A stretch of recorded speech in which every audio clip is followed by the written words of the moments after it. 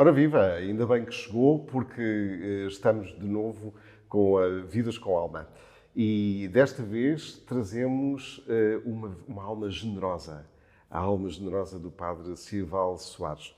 Padre Sival, muito obrigado por estar connosco, obrigadíssimo por este tempo e por esta conversa que vamos ter acerca de si, da sua pessoa e da sua alma generosa. Generosa, porque é que escolhe este adjetivo para a sua alma? Sabe que eu sou religioso rogacionista e acabo por, a cada 5 anos, na nossa tradição, digamos, de formação, nós construímos um projeto de vida. E há sempre uma palavra que dá tom aos 5 anos que são vividos mediante esse projeto de vida. E eu escolhi essa palavra generosidade porque está na nossa nova normativa, que foi revisada há 5 anos, que um religioso rogacionista deve cultivar a generosidade na alma e no coração para bem vivê-la na existência. Então, a generosidade tem acompanhado a minha vida nesses últimos 5 anos como fonte de oração, como gesto concreto, como forma de vida, digamos assim. Muito bem, muito bem. Ajude-nos a compreendê-lo, conhecê-lo e olhar para trás. Quando é que nasceu o Sival Soares? Num domingo, 22 de maio de 1983, às 6h05 da manhã. Cedinho? Cedinho. Eu costumo dizer que eu sou um cidadão matutino, de muito cedo. E já nasci muito cedo e continuo a cultivar uma vida muito cedo. Então, o meu nascimento foi numa maternidade da periferia de uma cidade chamada Campina Grande, no estado da Paraíba, no Brasil. No território do Brasil? Nordeste. Nordeste. E lá eu nasci nessa maternidade com a minha mãe acompanhada do meu irmão mais velho, da minha irmã e do meu pai, que lá estava. Eu sou o 5º filho de um casal de uma generosidade imensa. Mais uma vez a palavra generosidade. Faz parte da sua vida há algum tempo, não é? Já faz. Sim. De uma fé também grandiosa, a minha família. Então, nesse dia eu nasci nessa maternidade muito simples, chamada Dr. Eupídio de Almeida, que foi um médico muito importante na cidade de Campina Grande, e era conhecido como um homem de muita caridade, de muita bondade. Por isso fundou essa maternidade onde eu nasci nesse domingo. A minha mãe dizia que era um domingo de muita luz. Não é muito incomum no Nordeste não ter luz, porque o sol brilha muito cedo por lá. Mas a mãe sempre exagera um bocadinho mais em função do amor que tem pelo filho. Esta família, bonita família que nos falou agora, estávamos a dizer que é um de 5 irmãos. Estávamos a dizer também que é os seus irmãos. Como é que diga-nos outra vez, por favor, não é? Quem é o mais velho? Como é que eles estão? Consigo se os ver com frequência? Se eles acompanham este seu trajeto de vida? Fale-nos um pouco da sua família, por favor. Muito bem, então, somos 5 irmãos, são 3 raparigas e 2 homens, e nós, digamos assim, temos uma diferença de idade do primeiro para o último de 20 anos. Então, não é um tempo relativamente longo. Então, temos, digamos assim, uma contemporaneidade muito forte, sim, exato. E são todos muito generosos, acompanham-me na vocação. Hoje estão espalhados pelo Brasil. Tem uma irmã e um irmão, o Senival e a Silvana, que moram em Campina Grande, na cidade onde eu nasci. E tem 2 outras irmãs, a Simone e a Solange. Veja que todos estão no S, né? Eu estava a pensar exatamente que moram no isso. Rio de Janeiro e são católicos, têm uma vida ativa, de comunidade, são pessoas de muita fé. Isso é uma particularidade muito, muito interessante. Os pais escolheram o S como letra de... Alguma coisa vos une à volta da letra S? Ou é por ser nome de família? Sabe que era uma tradição muito grande no Nordeste do país, os pais escolherem os filhos de acordo com um nome que lhes apetecesse, lhes agradasse. E o segundo e o terceiro filho carregava sempre o início da letra desse primeiro. Não necessariamente isso acontecia com todas as famílias, mas muitas famílias cultivaram isso. A minha família cultivou o S, e minha mãe chama-se Sueli, então o S permaneceu no Sival, Simone, Solange, Senival. Muito giro, muito giro. É interessante. Padre Sival, esta sua terra, que nós em Portugal temos alguma dificuldade em perceber como é fisicamente, geograficamente, não é? Já nos disse onde é que se situa, mas fale-nos das cores da sua terra, daquilo que se recorda enquanto menino, não é? Da sua escola, dos amigos com que jogou a bola, imagino, não é? Pois é, tem, né? Um brasileiro que não gosta de jogar a bola não é brasileiro. Bom, Campina Grande é uma cidade situada na Serra da Borborema. É uma serra que corta parte do Nordeste brasileiro, que é marcada por uma temperatura mais fria. Normalmente o Nordeste nós imaginamos calor, praia, sol. Sim. Campina Grande tem um clima mais ameno, faz frio, e o sol aparece na época certa, verão, primavera, outono ele some um bocadinho, inverno some por completo, chove bastante.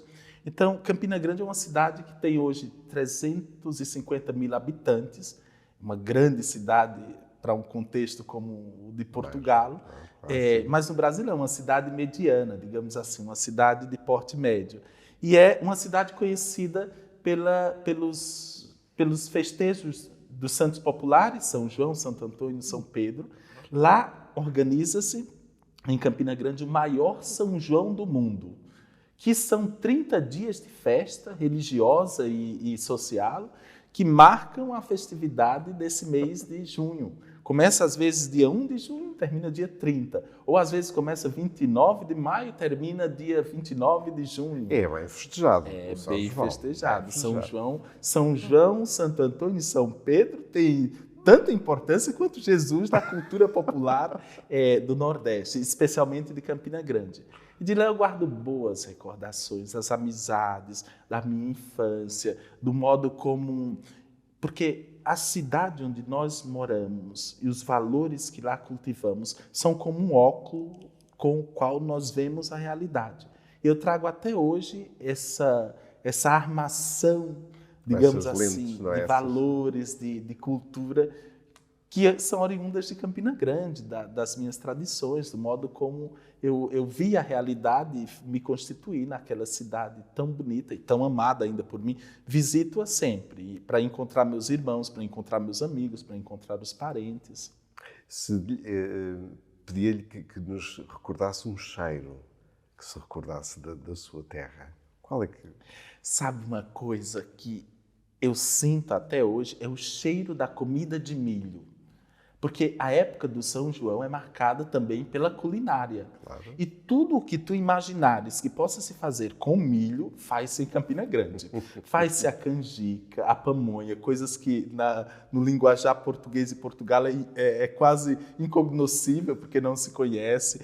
Faz-se o curau, faz-se o milho cozido, o milho assado, faz-se o pudim de milho, faz-se o gelato de milho. Então, é tudo em volta do milho. E o cheiro do milho, para mim... Está sempre presente. Está presente porque lembra a minha terra, lembra essa época de festa junina, lembra também a alegria do povo que reúne-se em volta do fogão, às vezes do fogão de lenha, para cozir, para ralar o milho, E na minha casa, e não só na minha casa, mas na casa da minha família, porque nós tínhamos tias próximas que juntavam-se para, na véspera de São João, dia 23, portanto, 24, 23, prepararem a comida de milho, que seria comida naquela noite, que viraria do 23 para o 24, para fazer a grande festa em família, dedicada a São João. Armava-se fogueira à frente da casa. É uma imagem, um cheiro muito forte que está na minha tradição cultural e também na tradição cultural de todos os que viveram, vivem e passaram por Campina Grande, pelo Nordeste do país, porque um pouco isso reflete aquela parte do Brasil continental que é o Nordeste. Do que é que sente mais falta aqui em Portugal? Sabe que eu já morei em muitos lugares por força da minha formação religiosa e também missionária. Mas eu sinto muita falta ainda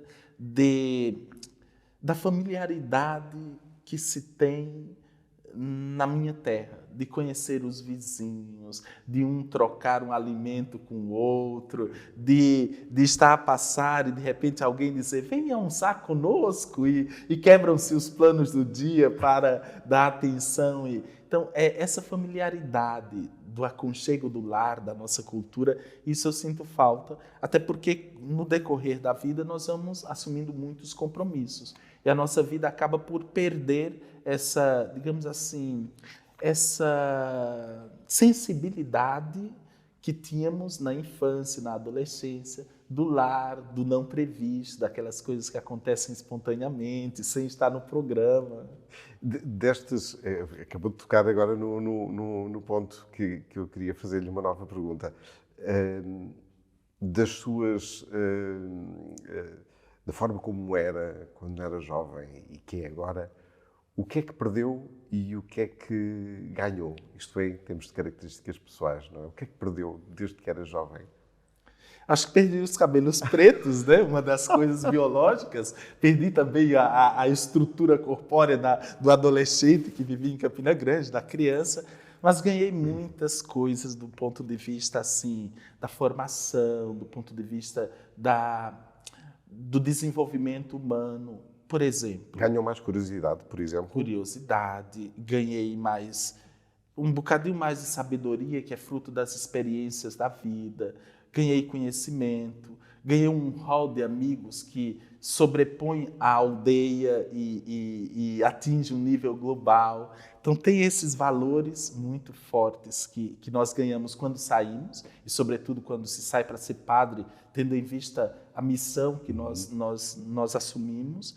Mas eu também ainda tenho de Campina Grande muitas coisas ligadas à sensibilidade cultural, o ouvir a música de lá, o forró, o sentir vontade de dançar, como eu dançava na minha adolescência, a assistir às quadrilhas juninas, quando eu posso, torcer pelo meu clube de futebol de lá, que é o 13 de Campina Grande. Então, tudo isso ainda marca, e eu não perdi, continua comigo nessa trajetória, digamos, que eu tracei nesses 40 anos de vida.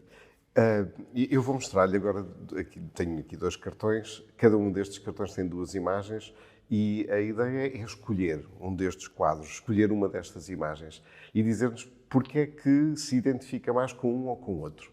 Se puder depois mostrar para a câmara, agradecemos também, Certo. por favor. É a forma como olha para... Não há especial indicação. É a forma como o Padre Sival olha para as 2 imagens e escolhe uma ou outra e porquê. Muito bem. Eu posso mostrar? Mostrar, por favor. Vamos então. Eu escolhi esta imagem. As 2 são muito importantes. Uma mostra a sede da nossa Igreja Católica no Vaticano, onde, digamos assim, nós temos o símbolo central da nossa fé cristã, da nossa fé católica, onde está o túmulo de Pedro, quer dizer, aquele que Jesus escolheu para fundar a igreja e confiou a chave do reino dos céus. Mas aqui embaixo tem uma igreja que é extramurum. Lá no Vaticano, na Itália, em Roma, nós temos a cidade que está dentro do muro e a cidade que está fora do muro. A cidade dentro do muro fica a Basílica de São Pedro.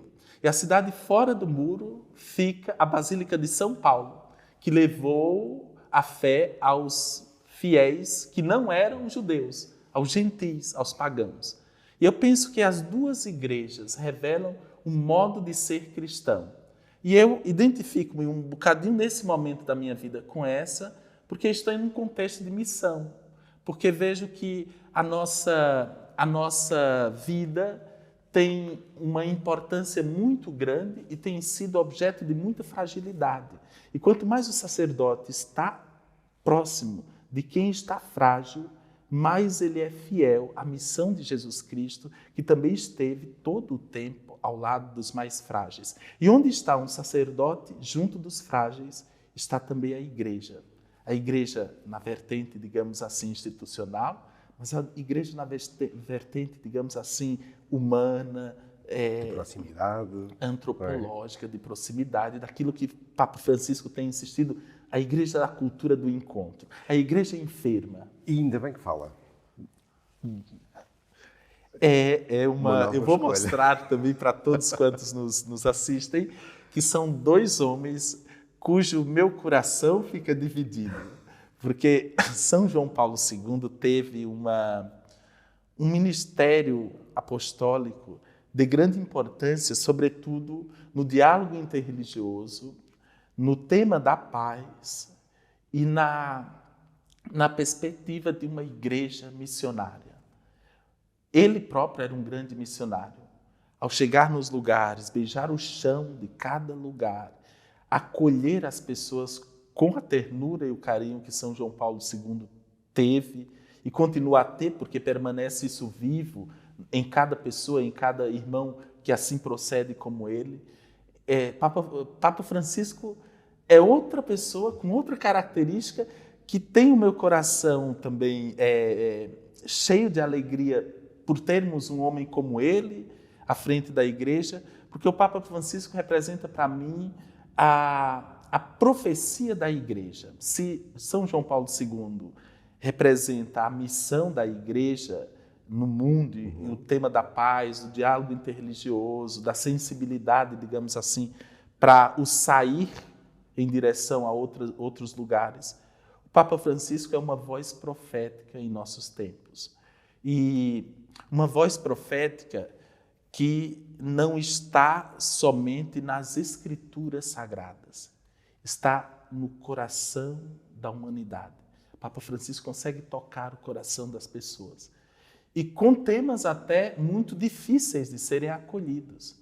Mas pela coerência de vida, pelo testemunho e pela sustentação, no enraizamento dele no Evangelho, em Jesus Cristo, na tradição da igreja, este homem hoje, não tenho dúvida de que é um grande profeta dos nossos tempos. E olhando àquilo, muito obrigado. E há pouco falávamos do coração e da forma como estes dois grandes homens vão mexendo no coração das pessoas. Quando é que o seu coração disse que jogar a bola não era só o caminho, que poderia também haver aqui uma outra vocação? Quando é que sentiu que o seu caminho era em direção ao sacerdócio? Sabe, quando eu era pequeno, muito menor, tinha uns 10, 11 anos, eu brincava de rezar a missa com os meus colegas. Pegava uma camisola grande do meu irmão branca, cortava a banana em fatias e rezava a missa e distribuía o corpo de Cristo para aquelas crianças, amiguinhas do bairro que lá se encontravam. E porque a minha família vem de uma certa tradição de religiosidade popular, de novenas, que no Brasil é algo que se faz muito em família, de encontros da campanha da fraternidade. Por exemplo, no tempo da Quaresma, no Brasil, todas as famílias se encontram das ruas, umas nas casas das outras, para rezar um subsídio de acordo com o tema da campanha da fraternidade. Por exemplo, esse ano, o tema no Brasil é fraternidade e amizade social, baseado nos últimos escritos do Papa Francisco, especialmente na Fratelli Tutti. Claro. E as famílias se reúnem das ruas para irem à casa uma vez por semana, umas das outras, para rezar, refletir sobre um determinado tema relativo àquele texto ou àquele tema da campanha da fraternidade, e depois tem sempre um lanchinho, um convívio. É uma verdadeira vida em comunidade. Vida em comunidade. E isso fez com que nós todos desenvolvêssemos uma espécie de religiosidade popular muito próxima da igreja. Aliás, é uma característica que eu percebo desde quando saí do Brasil, que estou a andar pelo mundo. O Brasil forjou um modelo de igreja muito peculiar, porque parece que a relação com a igreja e com a fé está no sangue das pessoas. Mesmo com a população protestante evangélica, parece que Jesus circula nas veias, como o sangue está a circular e é bombeado no coração. Porque Jesus está na família, Jesus está no trabalho, Jesus está no futebol, Jesus está no autocarro, Jesus está em tantos lugares. Esses dias eu estava no Brasil e vi uma propaganda de Nossa Senhora, atrás de um autocarro, que dizia: Maria, nossa mãe, mãe de todos nós, rogai por todos os que sofrem. Quer dizer, quem é que vai colocar? Qual é o empresário? Publicidade no autocarro. Claro. Qual é o empresário que vai desperdiçar, digamos assim, o seu espaço de comunicação no autocarro para fazer uma evocação à Nossa Senhora? Só num país onde Nossa Senhora tem uma importância e corre na veia dos fiéis, o amor por Nossa Senhora, o amor por Deus. Então, eu venho dessa família. Então, desde 10 anos eu queria ser padre, mas na adolescência afastou-se um bocadinho esse desejo, porque é normal, tive o contato também dos beijinhos, aquelas coisas que de descoberta na fase da adolescência. Do crescimento e faz parte. Até com 17 anos, o pároco da minha paróquia, chama-se Lorildo Soares, ainda vive, enviou-me para um curso de verão em Fortaleza, noutra cidade, distante a 600 quilômetros da minha. Quase Portugal inteiro? Era como se fosse em Espanha, quase, né? Então, nesse encontro, que era um encontro cultural, envolvia questões religiosas, mas era um encontro cultural, eu conheci 2 padres rogacionistas que chamaram minha atenção pela jovialidade, pela missionariedade, pelo modo como trabalhavam com os jovens, em linguagem juvenil, com um jeito de viver muito jovial.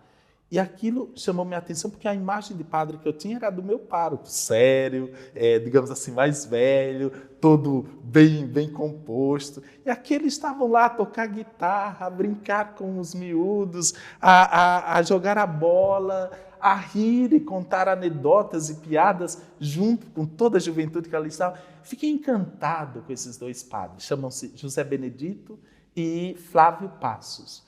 Eu disse, olha, gostava de ser como eles. E fui conhecê-los e o padre José Benedito acompanhou-me por 6 meses no discernimento vocacional. Disse, vem passar 6 meses na nossa comunidade na Bahia, a 1.200 quilômetros da minha cidade. Eram 6 meses só, para fazer uma experiência. Nem era como seminarista. Eram 6 meses para descobrir se era aquilo mesmo, se valeria a pena. E esses 6 meses estenderam-se agora por 22 anos. E de modo que eu sou rogacionista já há 22 anos, desde quando saí de casa, com Padre 18 Simão, anos. Se não fosse sacerdote, seria? Professor. Aliás, eu continuo como professor e sacerdote, mas o magistério está um pouco na minha trajetória de vida. Eu sempre gostei de ensinar, sempre gostei de ajudar as pessoas através do magistério e acabei por fazer disso também um caminho de vida. E um padre não deixa de ser também um educador, não deixa de ser também alguém que contribui na formação das pessoas. Falou-nos desta saída, não é? Até 1.200 quilómetros. Houve alguém dos seus que não gostou de o ver sair? Ou de o ter encontrado? Podia ter encontrado uma outra vocação, podia ter seguido, de facto, o percurso de ensino, mas não, escolheu ser sacerdote. Todos os seus gostaram dessa sua decisão? A minha família foi sempre muito favorável ao meu sacerdócio. Primeiro, porque nós vimos de um lar muito propício à oração pelas vocações, ao respeito ao sacerdote, à amabilidade em relação à igreja. A igreja sempre foi, no seio da minha família, uma grande mãe. E essa imagem de mãe não é uma imagem qualquer, porque eu perdi minha mãe muito cedo e meu pai também muito cedo. Minha mãe eu perdi com 8 anos de idade, meu pai com 14. E acabou que a comunidade de fé assumiu-me como mãe e como pai. E a figura do padre Lorildo é uma figura paterna, a figura do padre José Benedito é uma figura paterna, assim como a figura da minha tia, da minha irmã mais velha e da própria igreja foram figuras maternas na minha vida. Então, nesse sentido, eu tive muito apoio familiar, apoio dos amigos. É verdade que há sempre alguém que depois que passa diz, olha, bem que tu poderias ter escolhido outro caminho, mas não é que se colocaram contra, mas é muito mais por descobrir alguns dons que mais tarde eu vinha a manifestar. Por exemplo, quando escrevi meu primeiro livro, quando tive, digamos assim, contato com um meio de comunicação. Então... Muito bem, muito bem. E já vamos descobri-lo, já vamos descobrir um pouco mais. Estamos com o Padre Sival Soares, com a sua alma generosa, e como a sua alma também está interessada em conhecer um pouco mais, não saia daí. Nós vamos fazer um pequeno intervalo e voltamos já.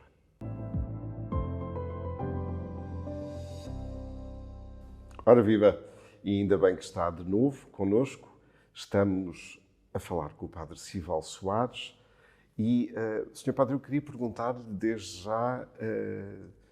nós estamos sempre em missão, não é? Eu acredito que até mesmo antes de ter escolhido a sua vocação, se calhar já sentia que estava em missão. Mas há um caminho que se faz até ao sítio onde está hoje, até ao local, até à pessoa que é hoje. Essa missão passou por onde? E fale-nos, por favor, em concreto, desta que caracteriza também a Sina, que há pouco nos dizia aqui ainda antes de começarmos, que o seu dia hoje começou muito cedo. Exatamente. Sabe o que eu costumo dizer? Que nossa vida é sempre um êxodo, uma constante saída. Aliás, a partir do ato do parto. O parto é uma grande saída, né? Do mundo confortável, do interior, digamos assim, uterino, onde tu tens água, tens temperatura, tens comida, tens tudo. Está descoberto. E há um momento que a natureza empurra e tu vens à vida no mundo como está e começas a sair sempre. A vida acaba por ser uma grande missão, nesse sentido de que missão é uma saída. É sempre uma saída. Tu sais da infância para a adolescência, da adolescência para a juventude, da juventude para a vida madura, da vida madura para a velhice, da velhice para a eternidade. Mas a saída é constante. E a minha vida foi assim. Eu saí com 18 anos do seio da minha família para ingressar na congregação dos rogacionistas do Coração de Jesus. E esta congregação tem como carisma o rogate. Rogate é uma palavra latina que resume uma expressão de Jesus no Evangelho de Lucas, capítulo 10, de Mateus, capítulo 9, que diz assim: Jesus vê a multidão cansada e abatida, como ovelhas sem pastor, diz: rogai, rogate, rogai ao Senhor da messe para que envie operários e operárias para a messe. Em latim, uma expressão belíssima: rogate ergo dominum messis utimitat operarium messe insuam. Para dizer, rezai para que Deus envie operários. E os rogacionistas nasceram na Itália, em Messina, o sul da Itália, com um jornalista chamado Aníbal Maria de França, jovem, que decidiu ser padre e, num contexto de uma Itália dividida, começou a rezar pelas vocações e também a tentar ajudar os mais pobres, sobretudo as crianças órfãs.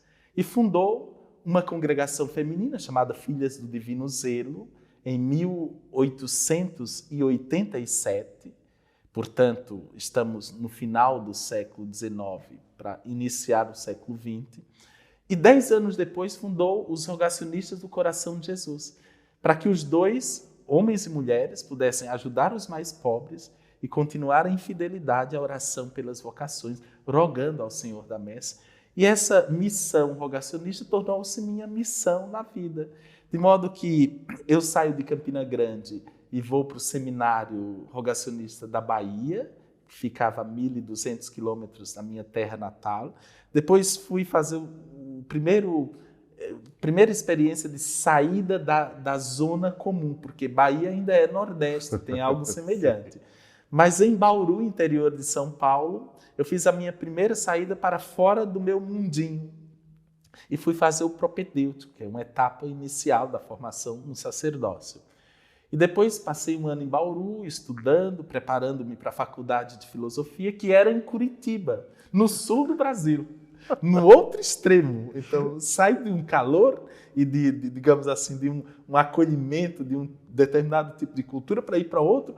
A cidade de Curitiba é uma cidade de cultura italiana, fundada por italianos e tem uma tradição, digamos assim, europeia, que é muito diferente das outras cidades do Brasil. Aliás, o sul do Brasil tem essa característica marcada pela presença italiana, alemã, polonesa, um pouco também de ucranianos. Então, era outra realidade. E lá eu fiz 3 anos de filosofia e 1 ano de noviciado.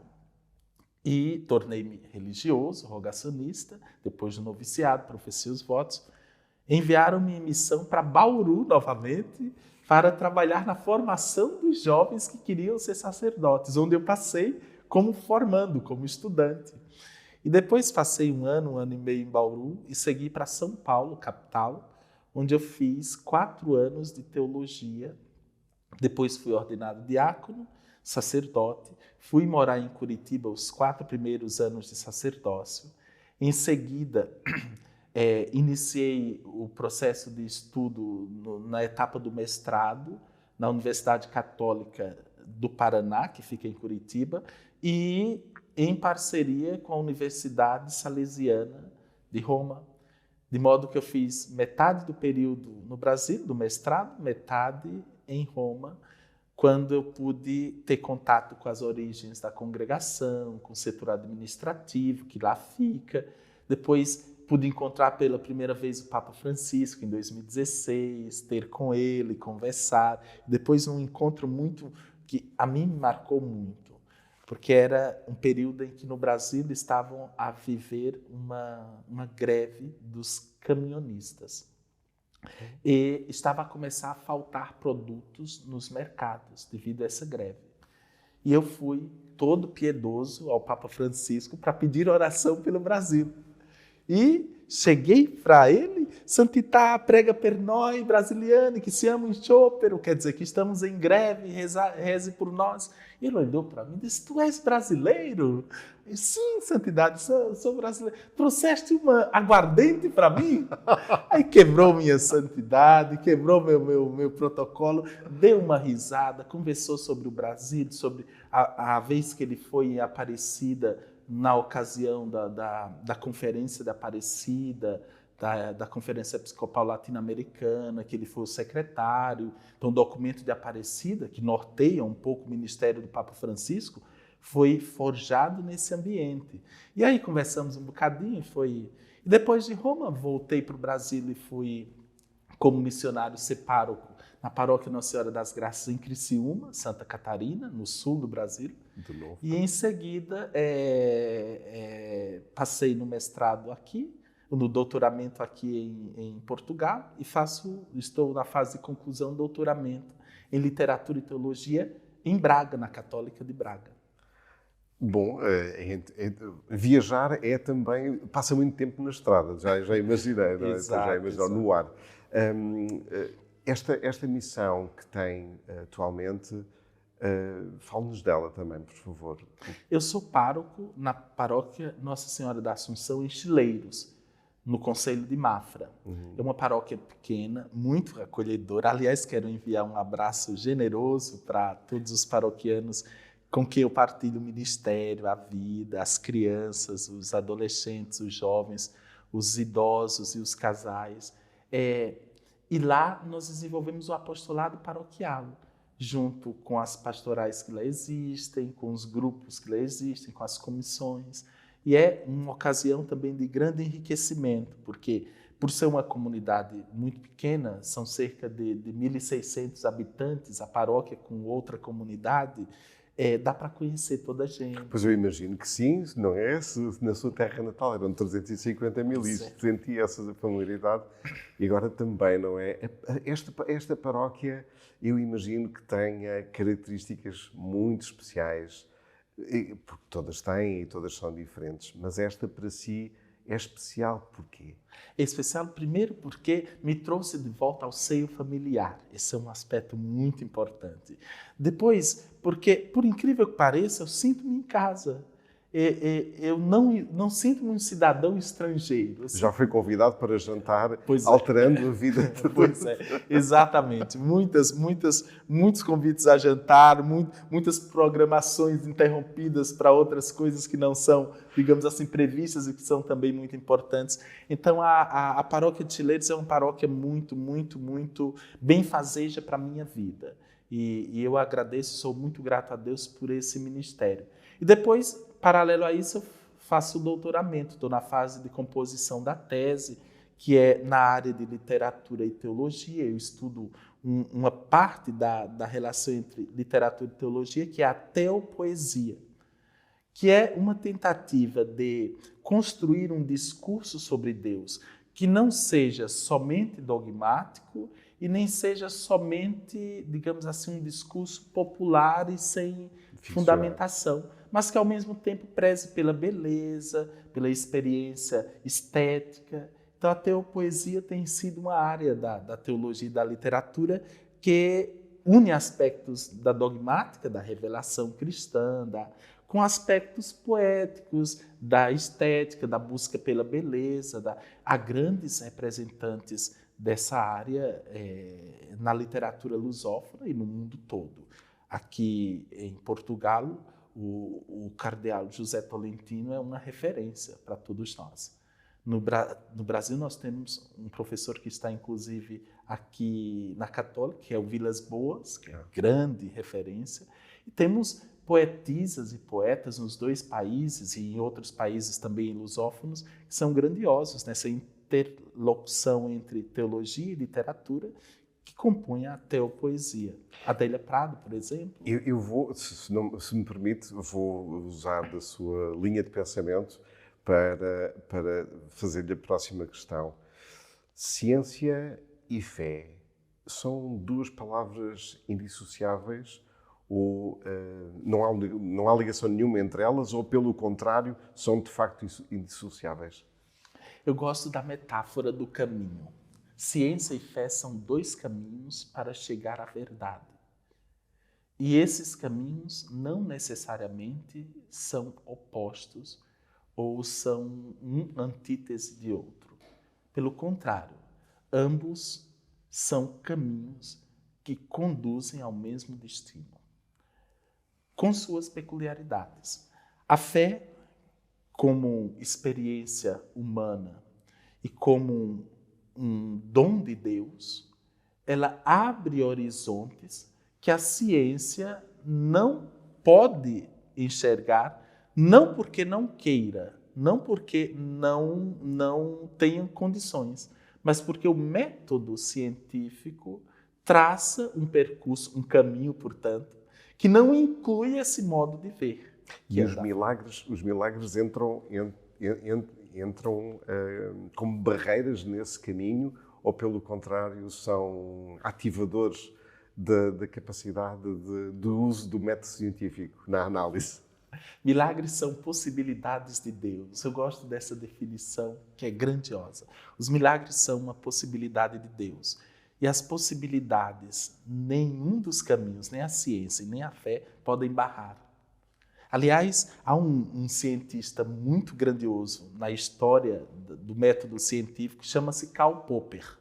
Ele diz que a ciência é obrigada a usar no seu caminho o método do acerto e do erro.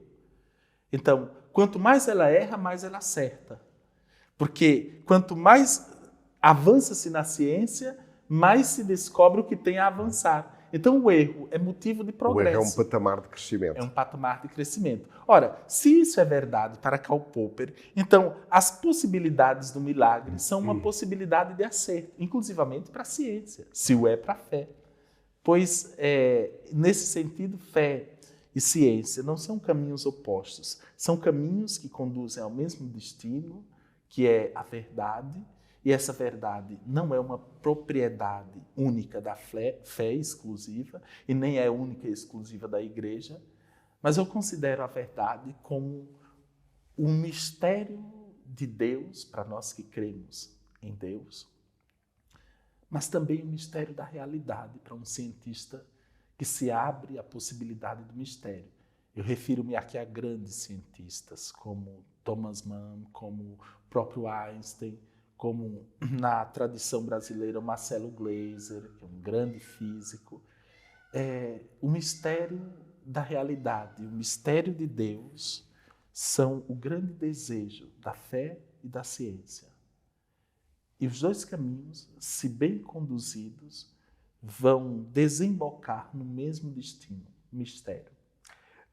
Padre Sival, nós comunidade que participa na Eucaristia, estamos habituados a olhar para o sacerdote no momento da homilia, não é, como o orientador das nossas vidas, porque naquele momento nós tentamos encontrar uma similitude entre aquilo que ouvimos na Sagrada Escritura e aquilo que é a nossa vida e como é que essa expressão de presença de Deus se pode fazer através de nós na vida de outros. Digo eu, não sei se estou a dizer bem. Deixe-me pedir-lhe que olhe para este momento e que nos diga que se este momento da homilia, se o altar também é um palco para a formação cívica. Eu costumo pensar que a missa, enquanto um memorial do mistério pascal de Jesus Cristo. Aliás, essa é uma definição muito bonita da celebração eucarística. O mistério pascal de Cristo. Tá bem, é sacrifício, porque é um mistério. É uma ação de graças, porque a palavra Eucaristia significa precisamente isso, ação de graças. Mas é um memorial. E memorial, olha que palavra interessante, é algo que tem a ver com a capacidade humana de lembrar, portanto, com capacidade cognitiva. Então é impossível a Sagrada Eucaristia não remeter a tua pessoa às coisas que se deve aprender para a vida. E a homilia é um espaço privilegiado para indicações de ordem catequética, para indicações de ordem moral, para indicações de ordem cívica, para indicações de ordem existenciais. Porque em Deus tudo isso está interligado. Eu não sou um cidadão fora do âmbito cívico quando estou na igreja. Eu sou um cristão cidadão de determinada cultura na igreja. Claro, quer dizer, claro. Então, usar o espaço da homilia também para prédicas que engrandeçam a humanidade, que despertem em cada um de nós aquilo que temos de melhor, que possam ativar as virtudes cristãs na Assembleia Celebrante, isso é fundamental. O que me está a dizer está-me a aguçar aqui uma outra questão que tem de facto a ver com aquilo que são as grandes preocupações hoje em dia, as alterações climáticas, a introdução da inteligência artificial, a questão também os limites da biotecnologia, todos estes assuntos que no fundo irrompem pela nossa vida, no cotidiano que vivemos nas nossas profissões, nas escolhas de lazer que fazemos, e somos muitas vezes interpelados por uma escolha relativamente a isto. Mesmo que não seja tácita, muitas vezes ela fica-nos na retina para que depois pensemos nela. Ainda assim, que papel encontramos no sacerdote nestas escolhas, não é? Porque, na verdade, nós somos todos interpelados a fazer escolhas todos os dias. O católico deve ter cuidado nestas escolhas, em relação em concreto a estes assuntos? Sim. Sabe que, enquanto tu falavas, vinha-me à mente a imagem da igreja como mãe e mestra. Essas duas palavras aplicadas na tradição católica à igreja trazem um pouco do que enquanto mãe, enquanto mestra, os cristãos devem ver na igreja e, obviamente, no sacerdote que faz parte dessa igreja e na ação litúrgica em persona Christi, quer dizer, fala em nome de Cristo, portanto, fala em nome da igreja. Mas há coisas muito interessantes que a igreja, enquanto mãe e mestra, nos ensina. Por exemplo, a igreja ensina-nos a termos sempre um discernimento ético para todas as coisas. Ético enquanto o campo dos valores, porque ela também ensina a ter discernimento moral, enquanto o campo da ação. Ora, os valores de Cristo e as ações que podemos desenvolver a partir desses valores são essenciais, eu diria até determinantes, para a qualidade da vida cristã. Por exemplo, um cristão que não tem por valor a inviolabilidade da vida vai ceder ao aborto, à eutanásia, a qualquer uma dessas ideologias que banalizam a vida, certo? Por isso a importância dos valores e o espaço da igreja ser também um espaço de construção e solidificação daquilo que são valores essenciais. E eu falei de um valor que tem a ver com a questão moral, a inviolabilidade da vida e o problema do aborto, o problema da sexualidade, o problema do fim da vida natural, que tem aí por base também a questão da eutanásia. Mas tem questão da verdade, por exemplo, o valor da verdade hoje é essencial para não cairmos no relativismo. Se eu sei o que é certo, sei o que é errado, se eu tenho um direcionamento correto sobre o que é verdadeiro, eu não vou cair na armadilha das ideologias que reduzem o ser humano e, por consequência, reduzem as minhas escolhas a meros objetos manipuláveis, seja por poderes políticos, econômicos, ideológicos, entende? Então, o discernimento de uma mãe e mestra como a igreja, quando propõe que cada cristão deve olhar para os ensinamentos de Cristo e ver neles princípios éticos para orientar a prática moral, isso é essencial, inclusivamente no contexto litúrgico, catequético, nesses espaços de mídia, de comunicação também. É correto, mas com certeza que se cruza, por vezes, com algum paroquiano a quem, que se calhar até mesmo procurando no seu conselho, a determinada altura lhe diz: Senhor Padre, tem toda a razão, eu percebo o que me está a dizer, mas eu cá tenho a minha fé. O que é que se responde a alguém que nos diz isso? É engraçado. Eu costumo sempre olhar para a história da pessoa. Eu cá tenho a minha fé que não é minha, porque a fé nunca é uma propriedade, nem um objeto que se possui. A fé ou é um dom de Deus, ou ela é uma herança dos nossos antepassados. Não fossem os meus pais a ensinar-me a rezar, a participar das novenas, a envolver-me na comunidade, eu não seria o cristão que sou hoje. Então, uma análise honesta, e a finalidade do padre é conduzir o fiel à honestidade de si, à verdade de si, vai levá-lo à conclusão, sem precisar do embate, de que a fé ou é um dom gratuito de Deus, ou é uma tradição herdada a partir dos familiares, dos antepassados. E às vezes é as duas coisas ao mesmo tempo, porque a fé é um dom de Deus, mas esse dom se manifesta na história das pessoas, dos nossos antepassados.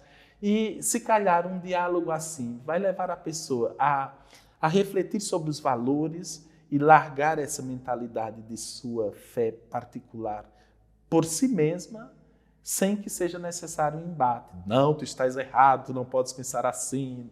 Não, talvez é preciso olhar a história e perceber que a fé se enquadra sempre nesses dois horizontes, como dom e como uma tarefa humana. E enquanto tarefa humana, ela foi um resultado da transmissão dos nossos antepassados para nós mesmos. Isso vale para os valores, para tudo quanto está abarcando o horizonte da nossa fé. Padre Simval, muito obrigado.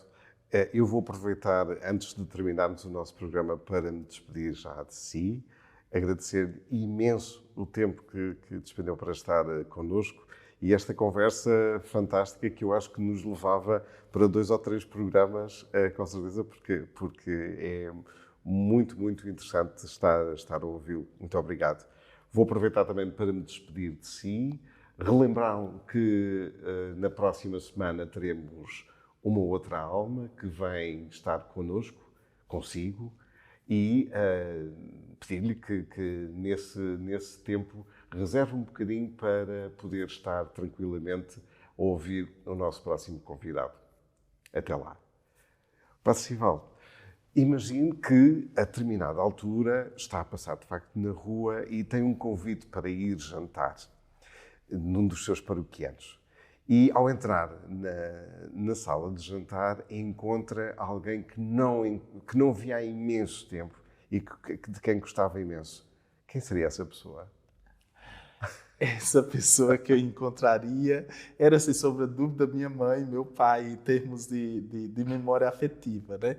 Mas são também amigos que eu carrego no coração, as pessoas com quem eu partilhei a caminhada, padres, leigos, tantas pessoas que fizeram ser quem eu sou.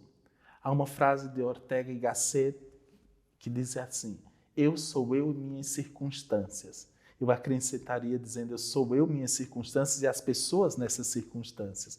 Porque todos deixamos uma marca uns nos outros. Eu sou marcado positivamente por muitas pessoas boas que eu carrego no coração e gostaria de encontrá-las numa sala de jantar para dizer: que saudade, que bom estarmos juntos. E ainda por cima, olhando para a mesa, repara que o jantar seria... O jantar seria uma mistura de comida portuguesa com brasileira, sem dúvida. Nada italiano. Exato. Italiano, por Podia agora ter o não. vinho, se calhar exato. não. O vinho talvez italiano, embora o português seja bem melhor. Mas enfim. Bom, um jantar com a comida porto-brasiliana, vamos dizer assim, que mistura... Ainda temos a sobremesa, podia haver alguma coisa, não é? Podia haver alguma coisa italiana, um gelato, quem sabe italiano, que tem gelatos muito bons lá também. Porque essas três culturas acabaram por marcar também a minha vida, e isso é muito positivo. Que a refeição seja portuguesa e brasileira e a sobremesa seja italiana, um gelato italiano. Um gelato italiano, sim. Por último, ficou algum abraço para dar até hoje? Eu tenho abraços que eu dei e sinto muita saudade de voltar a dar. Eu pude dar um abraço muito carinhoso